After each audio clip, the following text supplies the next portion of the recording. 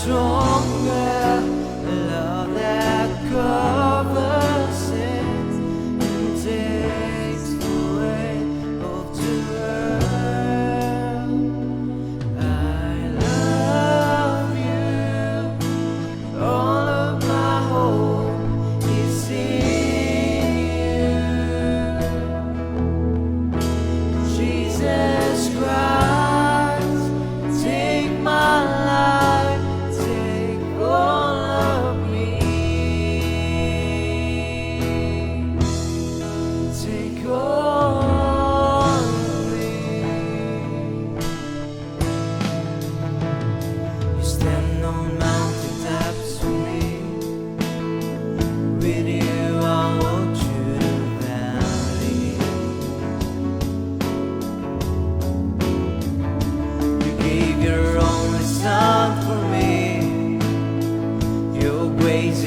all I rely on.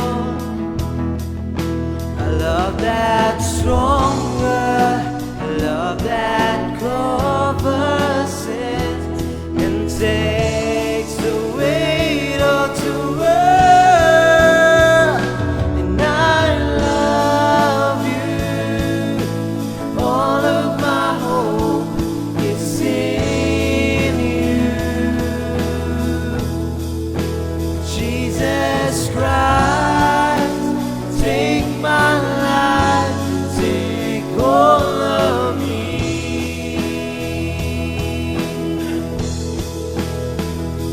I love you, all of my hope is in you. Jesus Christ, take my life, take all of me. Take all of me. Oh God, we worship you, Lord Jesus.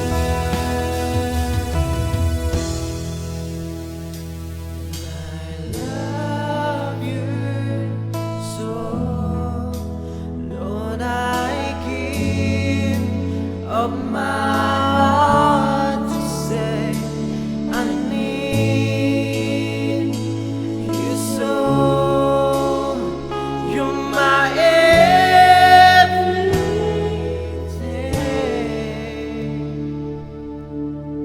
everything. Oh Lord, worship you, God. We adore your name.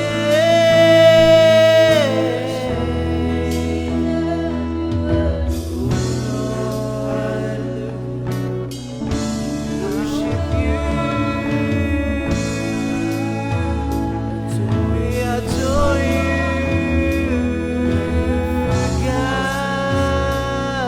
God.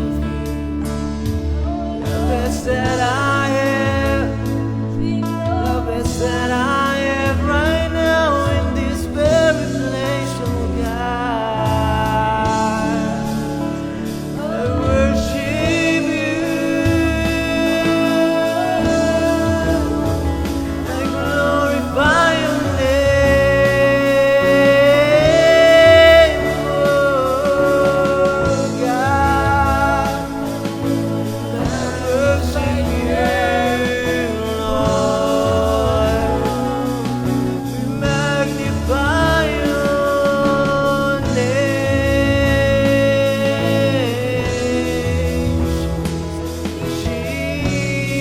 Jesus.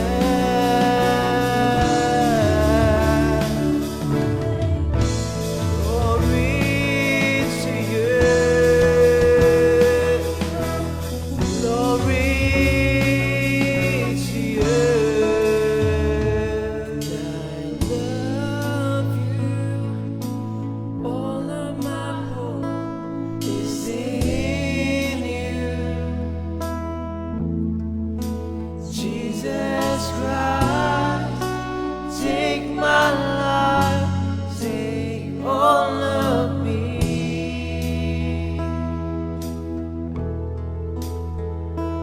I love you, all of my hope is in you.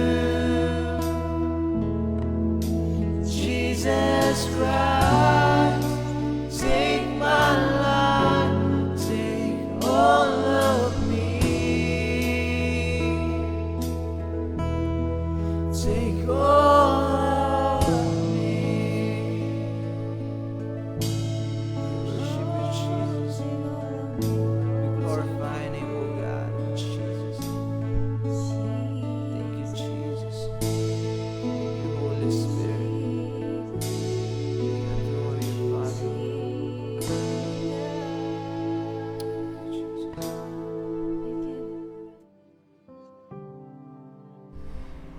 Good morning everyone! Isa pong magandang araw ang aking pong bati sa bawat isa sa atin.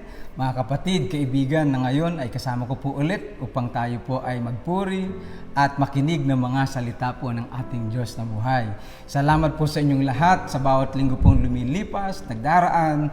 Lagi po kayong andid yan at nakikita ko po ang inyong pong mga comments, ang inyong pong mga reactions at kung paano po kayo napagpapala sa mga salita po ng ating Diyos.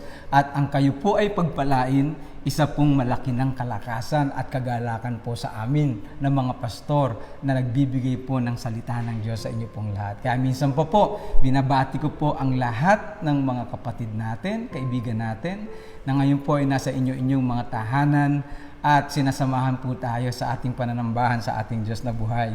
Maging kayo po na nasa labas ng bansa, sa ibang bansa, binabati po namin kayo. Pagpalain po talaga kayo ng ating Panginoon. At kami po'y nagagala sa church po ng Conquerors na kayo po'y aming kabahagi sa gawain ng ating pong Panginoon. Salamat sa inyong pananalangin. Salamat din po sa inyong pong mga suporta.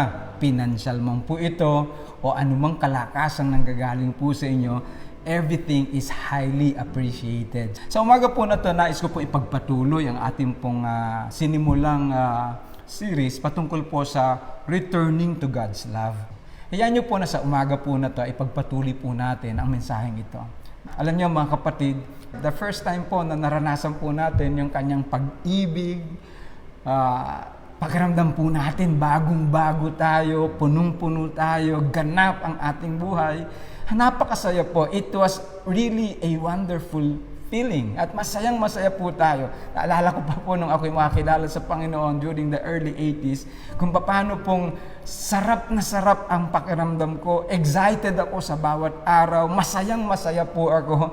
Laging ang consciousness ko ay ang laman, ay ang salita ng Diyos, ang pag-ibig ng Diyos, at kung anong magandang plano niya para po sa akin. So yung first time po na yun na maranasan ko, napakasarap. At alam ko po, sa bawat sa po din sa atin, nakakilala sa Panginoon sa unang-unang pagkakataon, ang sarap na malaman na sa kabila ng mga pagkukulang natin, sa kabila ng ating mga pagkakamali, sa kabila po ng ating mga kasalanan, tayo po lumayo sa Diyos at sinira natin ang ating buhay. At minsan tayo na nga po ay hindi na naniniwalang may halaga pa ang buhay natin. Pero nung makilala natin ang pag-ibig ng Diyos, ang sarap pong maranasan po yun. Ang sarap malaman, magkaroon ng katiyakan na kahit sino ka pa, sino ako, may Diyos na nagmamahal po sa atin. Kaya po yung unang bugso po na yon ng pag-ibig ng Diyos o nung maranasan po natin ito, ang sarap po sa pakiramdam. Kaya lang ito pong nangyayari para sa mga anak ng Diyos.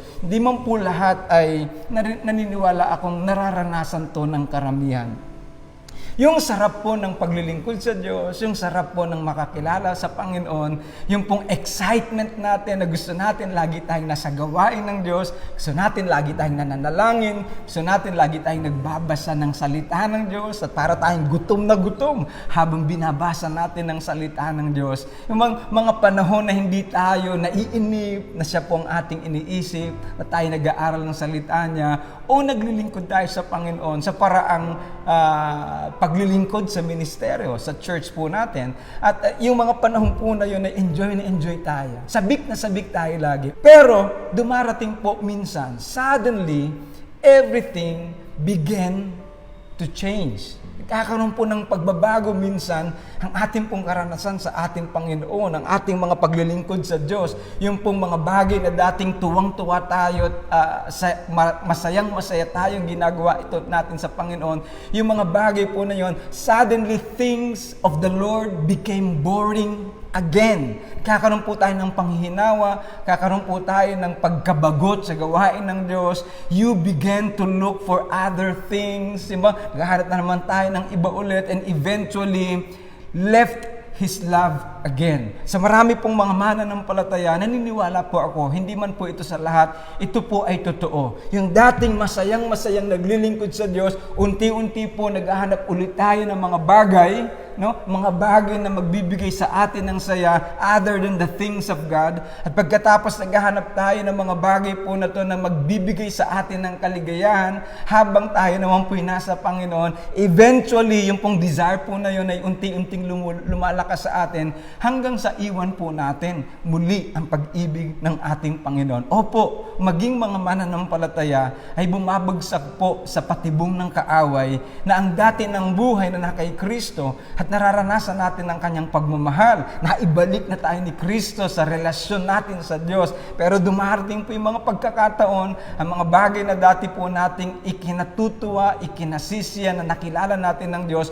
yung mga bagay pong ginagawa natin na yon, unti-unti po ulit nawawala ng panlasa tayo sa mga bagay na to. Nawawala po yung ating desire, nawawala po yung ating pananabik na gawin ang mga bagay patungkol po sa Panginoon. Papaano po ito nangyayari? Bakit ito nangyayari? May sinabi po sa salita ng Diyos, dito po sa 1 John chapter 2, mula po sa verse 16. Sabi po dito, huwag ninyong iibigin ang sanlibutan o mga bagay na nasa sanlibutan. Ang umiibig sa sanlibutan ay hindi umiibig sa Ama. Verse 16, ang lahat ng nasa sanlibutan, katulad ng ang masasamang nasa ng laman, ang nasa ng mga mata, at ang pagmamalaki sa mundong ito ay hindi nagmumula sa Ama, kundi sa sanlibutan. Verse 17, mawawala ang sanlibutan at ang lahat ng kinahumalingan nito, ngunit ang mga sumusunod sa kalooban ng Diyos ay mabubuhay. Pero pong sinabi dito sa talatang ito the desires of the flesh, the desires of the eyes, the pride of life, they are not from the Father, but from the world. At somehow, ito pong mga bagay po na to ay nagkakaroon po ng attraction sa bawat isang mga anak ng Diyos. Ulitin ko po, hindi man po sa lahat, sapagkat naniniwala po ako, may mga mananampalatayang nung makakilala sa Diyos, kumapit na ng todo, kahit anong gawin ng kaaway na alisin, kalagi ng hawak ng isang mananampalataya sa Panginoon, ay wala pong magawa ang kaaway. May mga nakita na po akong mananampalataya na mula sa kabataan hanggang pagtanda nila, tuloy-tuloy ang katapatan po talaga. Walang nagawa ang kaaway para sila baklasin sa pagkakahawak, yakap sa Panginoon, lalo pat alam naman po talaga natin, ang Diyos ang yumayakap sa bawat isa po sa atin. Pero, meron po tayong sad news pa din Meron pa rin po tayong sad news na may mga mananampalatayang sa kabila ng masayang paglilingkod sa Diyos, sa kabila ng sabihin nating magandang relasyon sa Panginoon, nakita ng mga tao, nagkaroon ng magandang patotoo, maraming na-encourage sa kanila, pero dumarating po talaga yung time din at naniniwala po ako, kung ako po, maaaring naranasan ko na din po ito o naranasan ko na rin talaga to, nagkakaroon po ulit ng hatak ang sanlibutan sa mga mananampalataya. Paano po? Pag ang bawat mananampalataya ay nagsimula pong tumingin sa mga bagay ng sanlibutan. Ano pong sabi diyan? Huwag niyo ibigin ang sanlibutan o anumang bagay na nasa sanlibutan, sapagkat ang umiibig sa sanlibutan ay hindi daw po umiibig sa Diyos. At totoo naman po ang sinabi ni Kristo, walang makapagmamahal o wala ding makapaglilingkod ng sabay sa dalawang Panginoon. Maaring mahalin niya ang isa at kapuotan ang isa. So sa bawat sa po sa atin, ganito din pong sinasabi ni Apostol Juan, na ang sino mang nagmamahal o umiibig sa sanlibutan ay hindi umiibig sa Ama. Sa pamagitan po ng nasa ng mata, nasa ng laman at ng pagmamalaki sa buhay, tayo po ay unti-unting nalalayo sa Panginoon. At ang sabi po ng verse 17, mawawala ang sanlibutan at lahat ng kinahuhumalingan nito. The worldly system at mga taong involved sa ganitong makasanlibutan, sabi ng salita po ng Diyos, mawawala po Lilipas po ang lahat ng bagay. Pero ang sabi ng Panginoon, ngunit ang sumusunod sa kalooban ng Diyos ay mabubuhay. So doon pa lang po sa talatang yun Pag tayo po naglingkod sa Diyos at sumunod sa kanyang kabutihan, sa kanyang kalooban, sabi niya, mananatili magpakailanpaman. Ngunit ang sino mang umiibig o nagmamahal sa mga bagay ng sanlibutan, kasama ng sanlibutan at mga bagay na to, lilipas po ang lahat. Mga magulang at kapatid, gusto ko pong basahin ng isang kwento sa lumang tipan na kung saan marami po sa atin ang pwede pong makarelate. Nais ko po ngayon basahin ang salita ng Diyos mula po sa 2 Samuel chapter 11. Babasahin po natin. Nang sumapit ang tagsibol, panahon na karaniwang nakikipagdigma ang mga hari. Pinalabas ni David ang buong hukbo ng Israel, subalit si David ay nagpaiwan sa Jerusalem. Isang hapon, pagkagising ni David, umakyat siya sa bubungan ng palasyo at naglakad-lakad. Mula roon, may natanaw siyang isang babaeng naliligo. Napakaganda ng babae. Ipinagtanong niya kung sino iyon. Sinabi sa kanya na iyo'y si Bathsheba, anak ni Eliam at asawa ni Urias na isang Heteo. Ipinakuha niya si Bathsheba, sinipingan siya ni David at pinauwi pagkatapos. Dahil sa pangyayaring ito, si Bathsheba ay nabuntis at ipinasabi niya ito kay David. Inutusan agad ni David si Joab na papuntahin sa kanya si Urias na Heteo. Iyon nga ang ginawa ni Joab. Nang dumating ito, tinanong siya ni David, kumusta si Joab at ang hukbo? Ano ang lagay ng labanan? Sinabi pa niya kay Urias, umuwi ka na at sipingan ng iyong asawa, sapagkat nanggaling ka pa sa malayong paglalakbay. Lumakad nga si Urias, ang hari ay nagpadala pa ng regalo para sa tahanan nito. Ngunit hindi pala ito nagtuloy sa kanila. Sa halip, doon siya natulog sa may tarangkahan ng palasyo kasama ng mga bantay.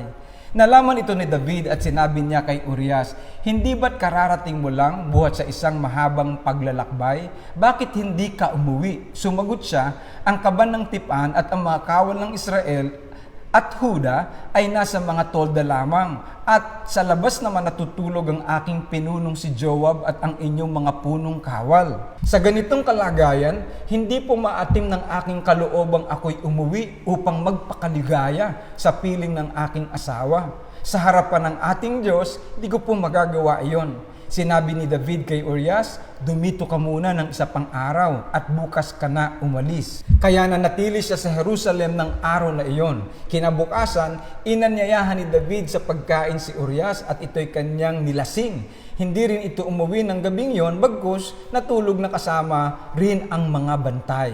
Kinabukasan, sumulat si David kay Joab at ipinadala kay Urias. Ganito ang nilalaman, ilagay mo si Urias sa unahan kung saan mainit ang labanan. Pagkatapos, iwan mo siya roon at bayaan mo siyang mapatay. Habang pinapaligiran ni na Joab ang lunsod, inilagay niya si Urias sa gawing malalakas ang kaaway. Napatay ang ilang pinuno ni David kasama si Urias. Verse 22, lumakad ang sugo at nagulat kay David, napatay po si Urias. Sumagot si David, kung gayon, sabihin mo kay Joab na huwag ikalungkot ang nangyari sapagkat talagang ganyan ang labanan, may napapatay. Nang mabalitaan ni Bathsheba na napatay si Urias, siya'y nagluksa. Pagkatapos ng pagluluksa, ipinatawag siya ni David at naging asawa nito. Nagkaanak siya ng isang lalaki, ngunit hindi nalugod si Yahweh sa ginawang ito ni David. Pinagpala po ng Diyos ang kanyang mga salita. Dito po sa mga talatang ito na mahaba-haba rin nating binasa, ay makikita po natin ang mga bagay na nagiging dahilan upang ang isang mananampalataya na dating malapit sa Diyos ay unti-unti pong mapalayo sa ating pong Panginoon. Dito po makikita natin ang taong si David. Sino po ba si David? Si David po ay napakagandang halimbawa sa ating pong pinag-uusapang mensahe. He was called the man after God's own heart. Ang tawag po sa kanya ng Diyos isang tao o isang lalaking malapit na malapit sa aking puso. So kung intimacy po ang pag-uusapan, siya po ay napakalapit sa Diyos. Sa katunayan po, malaking bahagi po ng ating mga binabasang aklat ng mga awit, si Haring David po ang sumulat po nito. Ito po'y produkto ng kanyang pagiging malapit, mapagmahal, at masunurin sa ating Diyos. Ito'y produkto po ng tinatawag nating love relationship, yung love affair ni David at ng Diyos. At mula po doon, nakalikha siya ng maraming mga salmo o mga awitin po ng pagbibigay ng papuri, pasasalamat, pagpapahayag ng pagmamahal sa Diyos, maging sa mga pagkakataon ng kalungkutan kalungkutan, ng tagumpay, o kahit po ng mga pagkakamali. Dito po makikita natin na si David po ay isang taong malapit na malapit sa Diyos. Ano pa po? Siya po ay isang tao po na mula sa napakaraming kalalakihan sa panahon po niya, siya po ang pinili ng Diyos. Siya po ang inanoint para po maging second king of Israel. Sa dami po ng mga binata o kalalakihan sa bansang Israel, siya po ang pinili ng Diyos para po maging tagapanguna ng bansang Israel, ang bayan po ng Diyos. Ito po yung mga bagay na pwede nating sabihin, nagsimula po siya ng maganda. Because of God also, He was able to defeat Goliath, yung pong higante, na ano pat nung panahon po na yon, maging yung hari, si King Saul, at ang mga generals ng hari na veterano po pagdating sa pakikipagdigma, lahat pong yun tumitiklop kay Goliath Lahat po sila nagtatago sa takot. Pero si David sa kanyang pagiging binatilyo lang sa pamamagitan po ng tulong ng Diyos nagawa po niyang digmain o talunin ito pong kaaway po na to na nagbigay ng matinding takot sa bansang Israel. At marami pa pong tagumpay ang sunod-sunod hanggang siya'y maging hari, sunod-sunod na pananagumpay para po sa kanya. Pero sa ating pong binasa po ng mga kwento, yung ating pong narrative na binasa, makikita po natin dyan na si David po ay nagkasala ng pangangalo niya. Okay? Mula po sa isang taong malapit sa puso ng Diyos, sumusunod sa Diyos, nagmamahal sa Diyos, ang kagalakan ay maglingkod sa Diyos, makikita po natin ang lalaki pong ito'y bumagsak sa kasalanan ng pangangalo niya. Pero ito pong pangangalo niya ay simula pa lamang. Nais ko pong tingnan, ano ba yung mga naging pagkakasala ni David mula po sa ating binasa? Una po, mabilis ko pong ibibigay, idleness, katamaran. Sapagkat binasa po natin, dumating ang panahon na ang mga hari ay nakikipagdigma. Pero ang sabi po ng salita ng Diyos, pinauna lang niya ang kanyang mga tauhan at siya'y nagstay lang sa kanyang palasyo. Hindi po siya sumama sa labanan. Kumbaga sa paglilingkod, hindi na sumama sa paglilingkod. Nanatili na lang sa bahay. Pagod ako, gusto kong magpahinga. Minsan ganun po tayong Kristiyano. Sa bahay na muna ako, ayaw ko muna. Ano pa po? Covetousness. Ang kasunod po ng katamaran po na to ay ang pagnanasa. Nung makita niya ang babaeng maganda, si Bathsheba, karoon po siya ng pagnanasa. Okay? Nakunin ang hindi kanya. Sapagkat si Bathsheba po ay asawa ni Urias. Kasunod po ng kanya pong covetousness po na to ay ang adultery. Okay? Siya po'y sumiping sa asawang hindi naman kanya at pagkatapos po nito ay nadugtungan pa po ng pagtatakip, cover up para po matakpan ang kanyang kasalanan sapagkat nabuntis po si Bathsheba, gumawa siya ng paraan para po matakpan po ito sa pamagitan ng pagpapatawag sa asawa at pagkatapos po ay sinikap niyang magsiping sana pero hindi po nangyari. Ang kasunod po nito dahil hindi po mangyari ang kanyang gusto ay ang pagpatay, murder. Okay? So, ito pong mga bagay po na to na sunod-sunod na nangyari. Isipin mo, paano itong nangyayari sa isang Kristiyanong nagmamahal sa Diyos? Madalas po sa atin, makikita natin na sa atin din pong buhay, magugulat na lang tayo, bakit ito nangyari? Bakit nangyari sa Kanya? Ba't ito na niya nagawa? Mananampalatayang dati nating kilalang masipag sa Panginoon, minsan mababalitaan natin, bumagsak na at nawala na sa paglilingkod po sa Diyos. Ang ating pong kumpiyansa ay dapat sa Panginoon. Ang ating pong pagtitiwala ay dapat pong nakasandig sa Panginoon.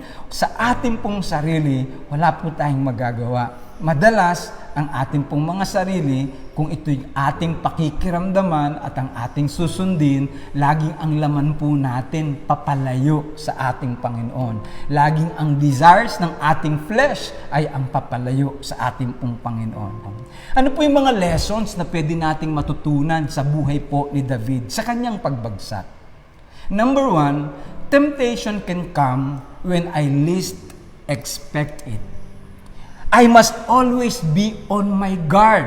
Bakit po? Sapagkat dumadating po talaga yung mga temptation minsan kung kailan hindi mo po inaasahan. No? Kaya nga, madalas po, no, galing pa lang tayo sa pananagumpay sa Panginoon. Galing pa lang tayo sa magandang relasyon o maganda pong nangyayari sa buhay po natin sa Panginoon. Minsan po, yung pagkatapos ng tagumpay, saka naman po talaga nakakasingit ang kaaway. Sapagkat nagiging kumpiyansa nga po tayo, dumarating to na hindi natin inaasahan. Dahil po dyan, ang paalala po sa atin, dapat lagi tayong maging mapagbantay.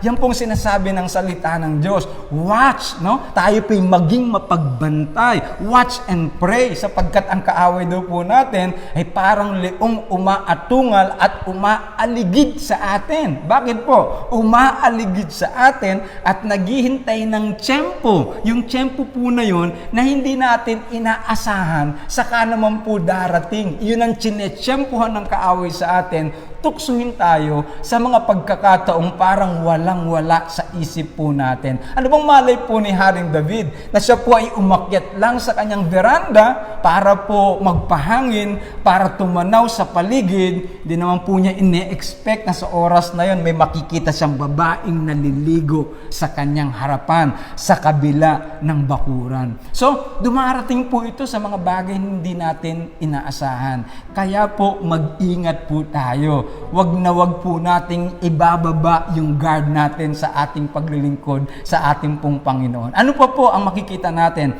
Sin often happens when I am not positively engaged in godly activities. When I'm not doing what I am supposed to be doing. No? Ang kasalanan daw po ay madalas nangyayari. Na madalas itong nangyayari sa mga pagkakataong hindi tayo aktibo sa mga bagay naman patungkol sa Diyos o anumang bagay na healthy.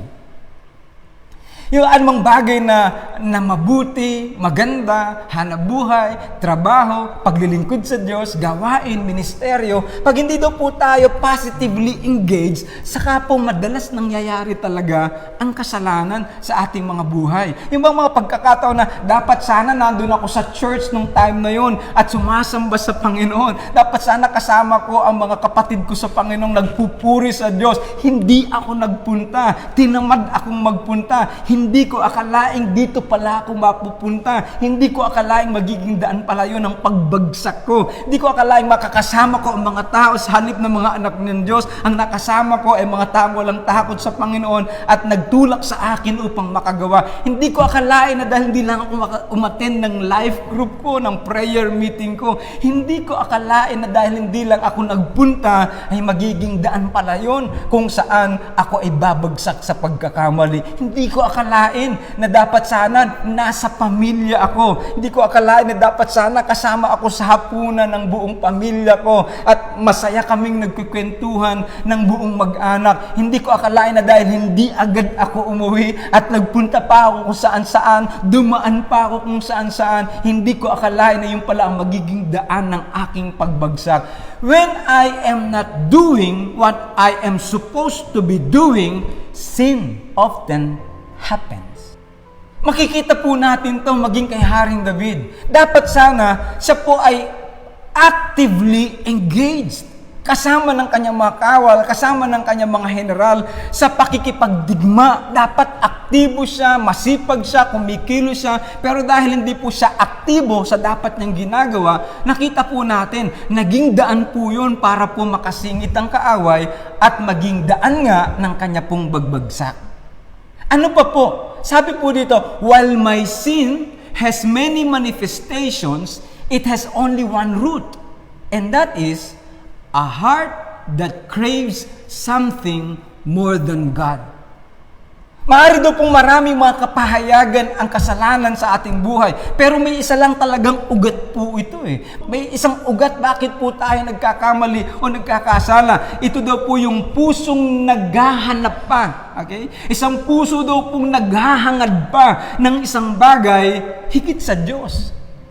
Yung bang tipong nasa Diyos ka na nga eh. Lahat ng bagay na pag-aralan po natin ng maraming beses na pag ikaw nasa presensya ng Diyos, pag ikaw nasa pag-ibig ng Diyos, pag ikaw nasa magandang relasyon sa Diyos, ang Diyos na pinagmumulan ng lahat ng bagay, pwede mong maranasan. Nasa Diyos ka na at nararanasan mo ang lahat. Pero pag dumating yung time na parang naging boring sa iyo ang mga bagay patungkol sa Diyos, naging boring, nakakabagot sa iyo ang mga bagay patungkol sa paglilingkod natin sa Diyos, parang ang puso mo naghahanap ng iba pa kaysa sa Diyos.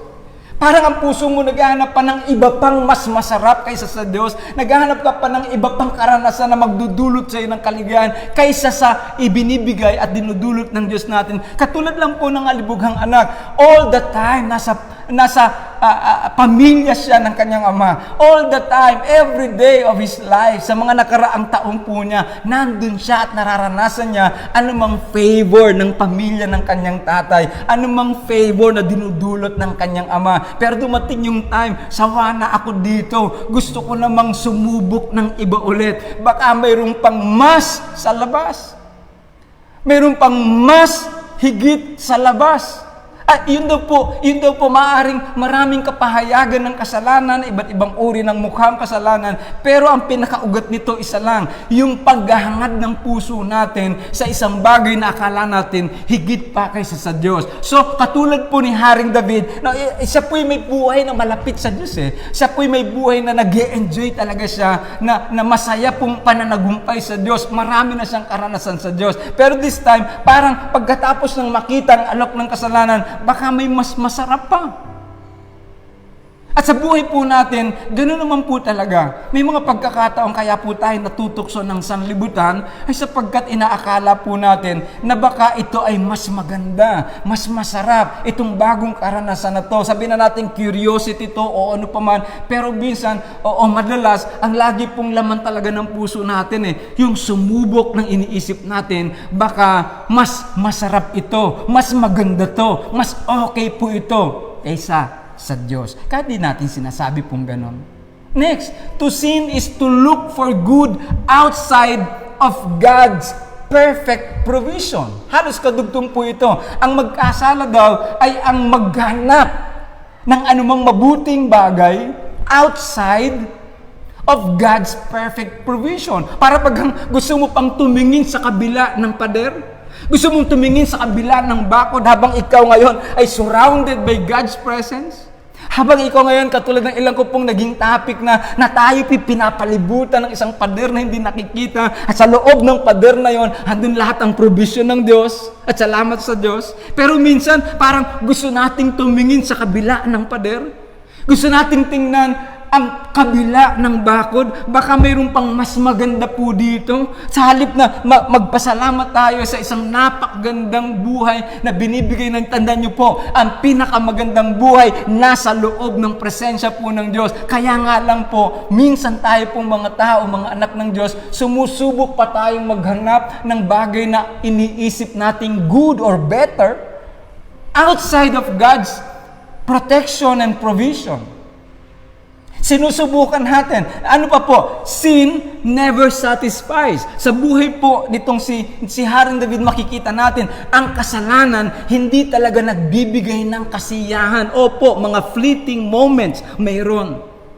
Yung po mga fleeting moments na nasyahan ka, nagustuhan mo, okay? Nasarapan ka. Pero yung po yung mga fleeting moments, pagkatapos po ng ilang panahon, sandaling oras, nawawala po ulit ito. Nawawala ulit yung kasiyahang binibigay ng kasalanan. It is never satisfied and sin will never satisfy us. Hindi po ito magbibigay talaga ng kaligayahan po sa atin. Habang ginawa mo, pagkatapos hahanapin mo na naman, pagkatapos uulitin mo, ang masama pa ay ganito. One sin, ito po ang kasunod, one sin often leads to another. Pagsamahin na po natin yon. Sin never satisfies, at pagkatapos ang kasalanan ay madalas nagbubunsod pa sa atin o nagdadala pa sa atin sa kasunod pa nitong kasalanan. So sa buhay po ni David, makikita natin katamaran na dapat sana kasama siya ng kanyang mga general. Ang kasunod po nito ay ang paghahangad sa hindi naman kanya. Ang kasunod po nito ay pangangalon niya. Ang kasunod po nito ay gusto niyang takpan ang kanyang ginawa. Pinatawag ang asawa ni Bathsheba, sipingan mo ang asawa mo, pero hindi ginawa. Pagkatapos po nito, dahil hindi po siya nagtagumpay sa cover-up, ang sabi niya sa kanyang tauhan, sa kanyang general, ilagay mo sa unang pakikipagdigma, sa harapan ng digmaan, itong si Urias para siya mamatay. Yung pong kasalanan po na hindi nasisiyahan o na hindi nagbibigay ng kasiyahan at pagkatapos ito po'y nanganganak pa. Ito'y nagdadala pa sa iyo sa kasunod pang mas malalim pong kasalanan. Ilang beses na pong nangyari po sa atin, mga kapatid. Kung magtatapat tayo, susubukan ko lang, titikman ko lang, isang beses lang. Titigil ako pag alam kong hindi na dapat. Ilan na pong beses nating narinig ang ganitong mga salita sa mga taong nagsimula, pero sa dulo, sila'y addict na sa kung anumang kanilang ginagawa at papalalim ng papalalim ang kanilang buhay. One sin often leads to another. Hindi na nga nakakasatisfy, maghahanap ka pa ng kasunod, maghahanap ka pa ng kasunod, at pagkatas hindi mo namamalayan, papalalim ka ng palalim at papalayo ka naman ng papalayo sa ating Panginoon. And then, ang kasunod po makikita natin kay Haring David, trying to cover up his sin. Trying to cover up my sin will only make things worse. Sa buhay po ni Haring David, sa kanyang pagsisikap na takpan ang kanyang pagkakamali, lalo lumalala ang pangyayari, lumalala ang pagkakamali, lumalala ang pagkakasala niya. At ang kasunod po nito, sin tends to harden my heart. Katulad po ng nangyari kay Haring David, di ba? Nung hindi po siya magtagumpay sa cover-up, patay na lang to. Ito po'y tauhan niya. Kung maalala niyo po, no? Nung siya po'y pinapauwi, sipingan mo asawa mo, hindi po umuwi eh. Natulog lang sa tarangkahan ng palasyo. At ang sabi niya sa hari nung siya'y tinatanong, hindi ko po magagawa na habang ang kapan ng tipan ng Diyos ay nasa labas, at habang ang aking pong general, si Job, ay nasa labas natutulog, hindi ko po magagawang sumiping at magpakaligaya sa piling ng aking asawa. Mas may conviction pa po yung tauhan niya eh, no? Pero siya po unti-unting tumitigas ang puso, wala po sa kanya, walang dating yung narinig niya sa kanyang tauhan po na yun. Yung dapat sana ay maantig ang kanyang puso, makaramdam siya ng konsyensya, siya po'y magkaroon ng hiya sa sarili niya, samantalang siya ngayon, hari na dapat kasama din doon, siya ngayon ay gumagawa pa ng paraan para takpan ang mga kasalanan po niya. At ang pagkatapos, ang kasunod po nito, hindi magtagumpay yung kanyang pagtatakip. Ang sabi niya, patay na lang to. Unti-unting tumitigas po ang puso ng tao pag tayo po'y nagpapatuloy sa pagkakasala. Pag tayo po'y tuloy-tuloy na lumalayo sa Diyos, tandaan niyo po, unti-unting tumitigas ang ating mga puso. Naalala niyo po ba nung una tayong magkamali? No? Nakakilala na tayo kay Kristo, ang sarap-sarap ng ating buhay sa Kanya, masayang-masaya tayo naglilingkod sa Kanya, pero may mga pagkakataon sapagkat pare-pareho naman po tayo na kahit tayo nakakakilala na sa Panginoon, may mga pagkakataong bumabagsak tayo sa kasalanan, nagkakamali po tayo. Naalala niyo po ba yung mga unang pagkakamali nung ikaw ay nakakilala sa Panginoon? Kung gaano ka umiyak, kung gaano ka lumuha, gaano ka sumigaw sa Panginoon, kung gaano kapait ng nararamdaman mo sa tuwing ikaw ay nagkakamali sa Diyos, sapagkat alam mong nasaktan mo ang Diyos na nagmamahal sa iyo. Sobrang lambot ng puso po natin. Sobrang lambot ang puso natin. Ano ba't ang kasalanan po talaga, hindi natin to ginugusto. Sa halip, ikinasasakit ng kalooban natin. Iniiyak talaga po natin. Nagmamakaawa po tayo sa Diyos sa mga pagkakataon pong nagkakamali tayo. Nung mainit na mainit pa tayo sa Panginoon. Pero tingnan niyo po, at naniniwala pa akong nakita na natin o naranasan na natin sa ating mga buhay na habang tayo po ay nagpapatuloy sa pagkakamali at lumalayo po tayo sa Diyos, yung dati pong yung tender heart po na yun, yung malambot na puso po na yun, unti-unti po itong tumitigas eh. Nung unang umiiyak ka, sa susunod konting iyak na lang, sa susunod konting lungkot na lang, sa susunod parang sanay ka na, sa susunod wala nang dating po ito. Sapagkat ang kasalanan sa pagpapatuloy po dito, magpapatigas ng ating puso. Katulad po nangyari kay David. ang taong dating tinatawag na napakalapit sa puso ng Diyos. Ang sumulat ng maraming awit ng pagpupuri, ng pagmamahal, mga love song sa Panginoon po natin. Unti-unti pong tumigas ang puso. Pero tinan niyo po, sa buhay po din ni Haring David, even if no one else is aware, God is aware. Patuloy po siyang pagtatakip para matakpan, para walang makaalam. Pero alam po ng Diyos. Ano po yung huling talata ng binasa natin kanina sa kanyang kwento? Ngunit hindi kinalugdan ng Diyos ang ginawa ni David. Alam ng Diyos, God knows. Even if no one else is aware, God is aware. Lagi pong alam to ng Panginoon.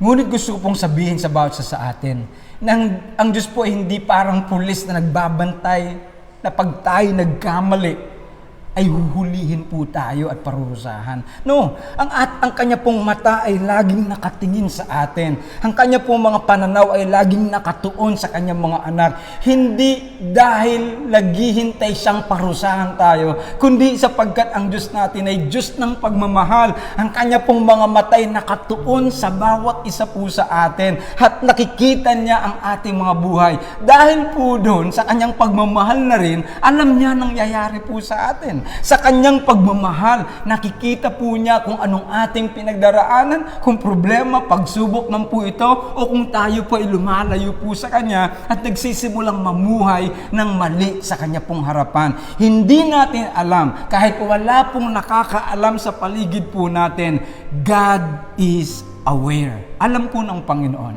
maging sa buhay po ni Haring David, ngunit hindi kinalugdan ng Diyos ang ginawa ni David. Akala po niya lihim, pero sa Diyos, wala po talagang lihim. Kapatid, doon pa lang sa kaisipan na yon, dapat magtulak sa iyo na may Diyos na laging nagmamasid sa iyo upang ikaw ay muli niyang ibalik sa Kanya. Isa pa pong lesson na makikita natin sa buhay ni David, sin always has consequences. Lagi daw pong may bunga. May bunga ang ating mga pagkakamali. Ang ating pamumuhay sa kasalanan ay may bunga palagi. Sa buhay po ni David, nagsimula po ang mga dugtong-dugtong na bunga po o consequences ng kanyang mga pagkakamali. Ang una po dito, namatay po ang kanilang anak ni Bathsheba.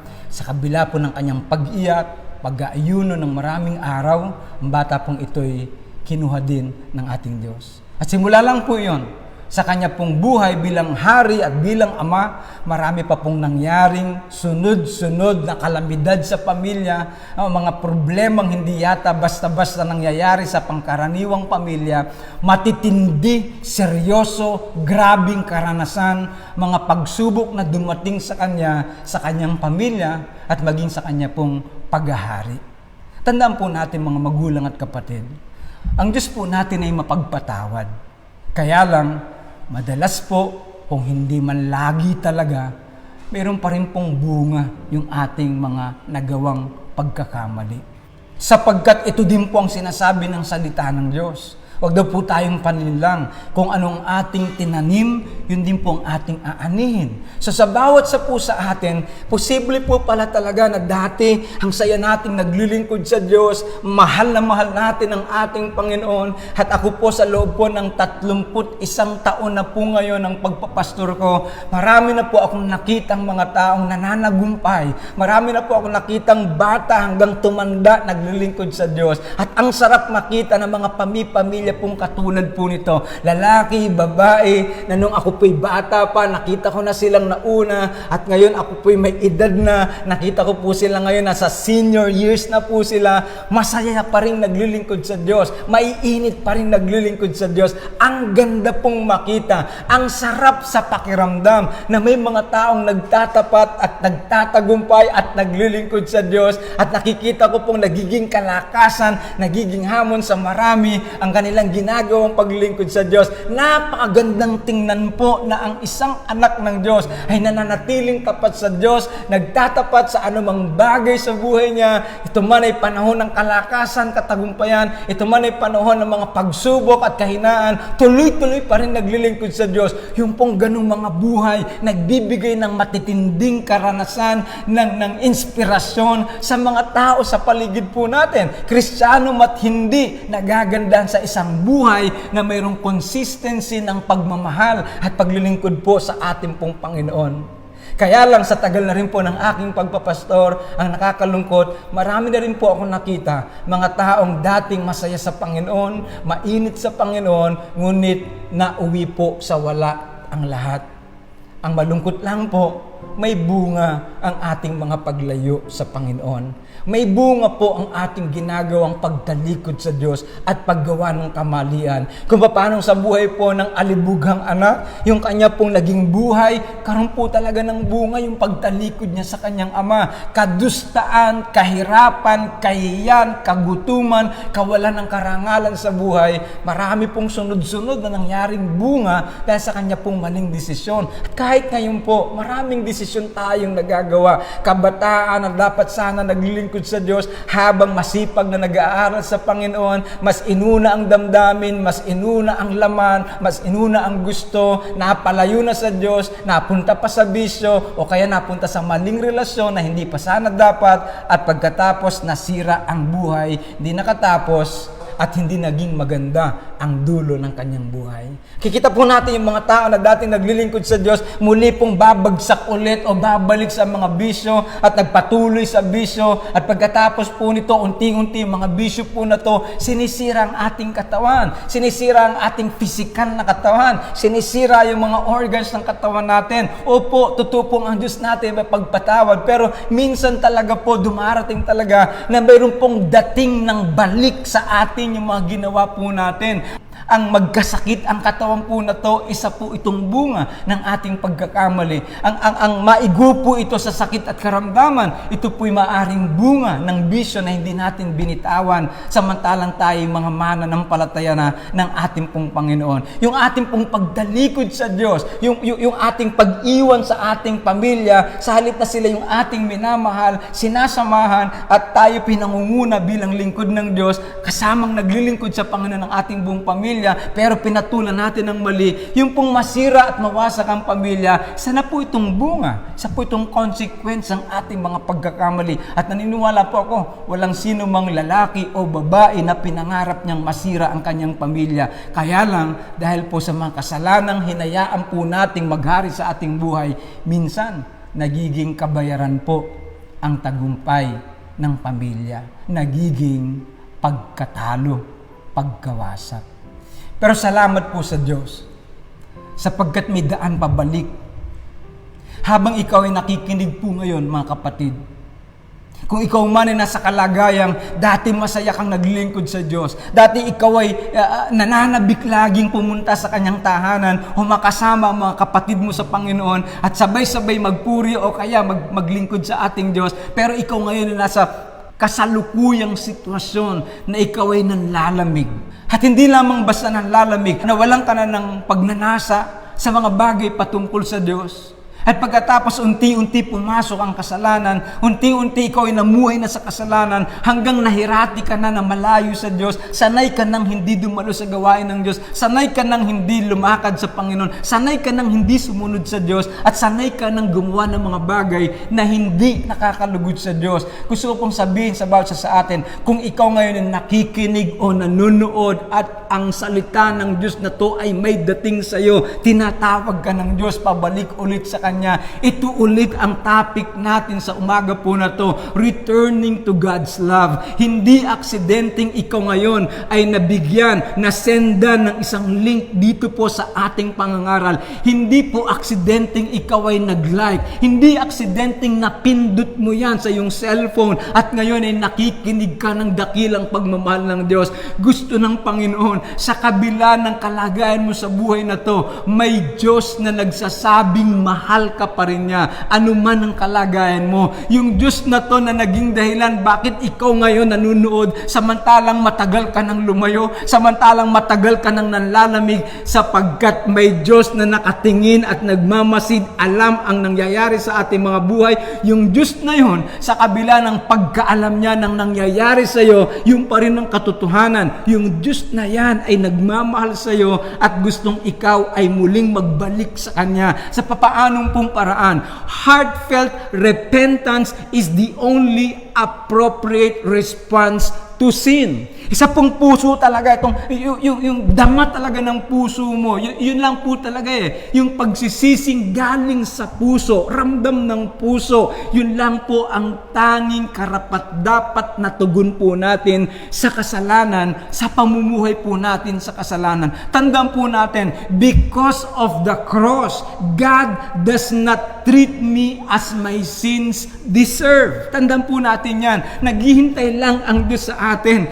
Dahil po sa krus ni Kristo, hindi po tayo tinatrato ng Diyos kung ano po yung karapat-dapat sa kasalanan natin Ano man tayo, sino man tayo, ikaw man sa oras na yung lumalayo, nanlalamig, nag-enjoy na sa kasalanan, pero alam mo na ikaw ay napapalayo na talaga sa Diyos natin. Tanda mo po, hinihintay lang ng Panginoon po natin, dama sa puso mo ang paglapit sa Kanya, sapagkat dun sa krus ng Kalbaryo, hindi niya po tinatrato tayo kung ano ang deserving sa mga kasalanan po natin. Pero gusto ko pong sabihin sa bawat sa atin, hindi dahil hindi niya tayo tinatrato sa mga kasalanan natin o kung ano ang karapat-dapat sa ating kasalanan. Hindi po ibig sabihin yan, sinasabi kung okay lang sa Diyos ang kasalanan.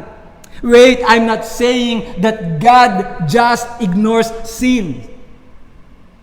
Ang katotohanan pa rin po, He hates sin. Sin is the only thing that separated us from the love of God. Kaya galit po siya sa kasalanan po talaga. Hindi ko sinasabing dahil hindi niya tayo tinatrato ayon sa ginawa nating kasalanan dahil sa krus ni Kristo, ang Diyos po natin ay mapagbigay sa kasalanan.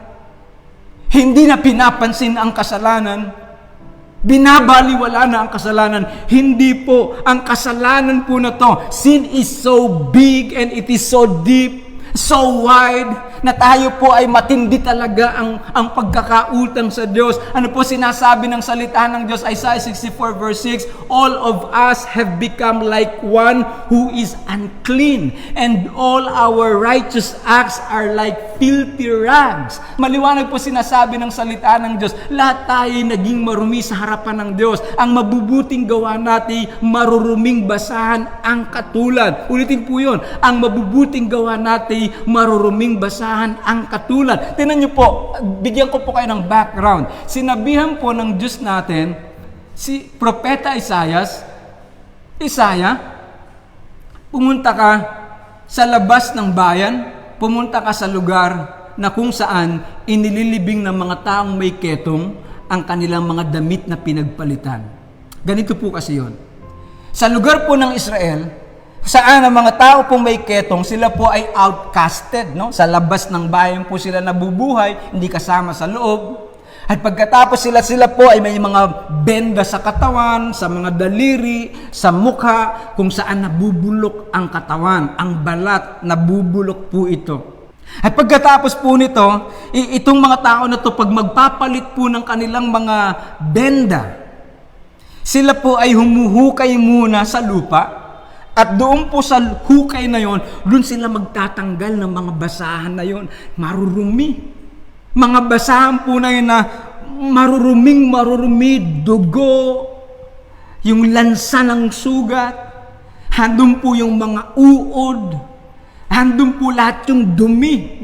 Kumbaga nakakadiring dumi, nakakasulasok na dumi. Sabi po ng Panginoon kay Isaiah, kunin mo yung basahan na yun. Yung basahan na yung nakakadiri. At ang sabihin mo sa mga tao, hawak ang maruming basahan.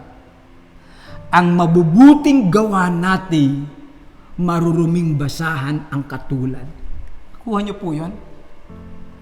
Kung yung mabubuting gawa nga po natin Kung yung mabubuting gawa po natin, yung mabubuting gawa daw natin, ang katulad ay napakaruming basahan, nakakasulasok na basahan.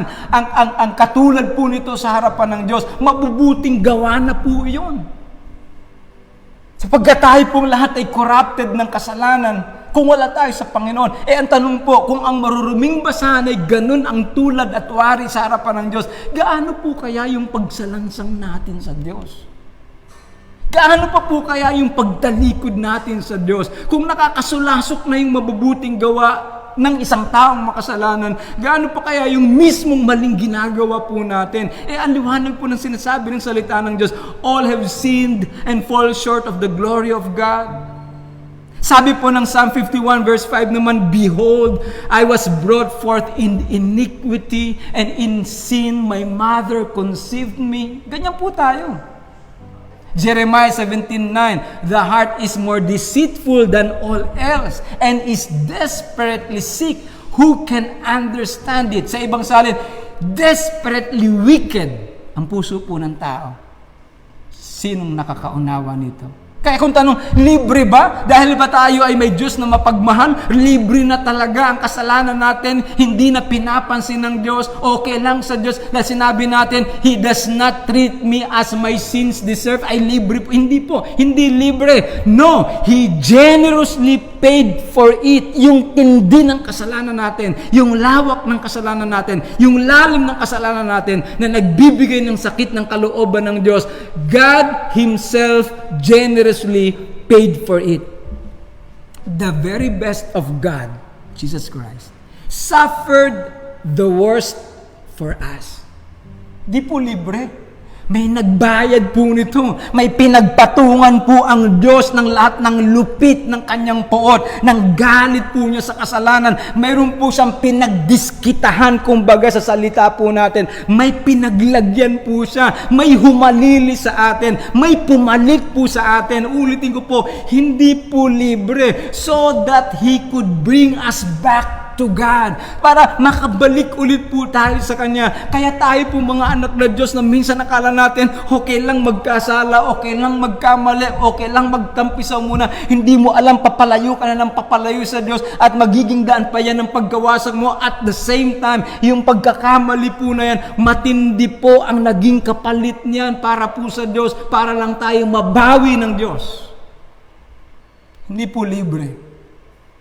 Sabi po sa awit 129, isang prophecy patungkol po sa paghirap ni Kristo, ako ay sinaktan nila, ang lingkod ko ay sinugatan, mga sugat na malalim, parang bukid na binungkal. Kung kayo po'y taga-probinsya, alam niyo po yan, pag nag-araro tayo para taniman ang lupa, pag nag-araro po yan, makikita niyo yung dinaanan ng araro, malalalim po ito, linya-linya na malalim na hinukay. Sabi po ng prophecy, ang likod ko parang bukid na binungkal, mga sugat na malalalim. Yan pong ginawa kay Kristo.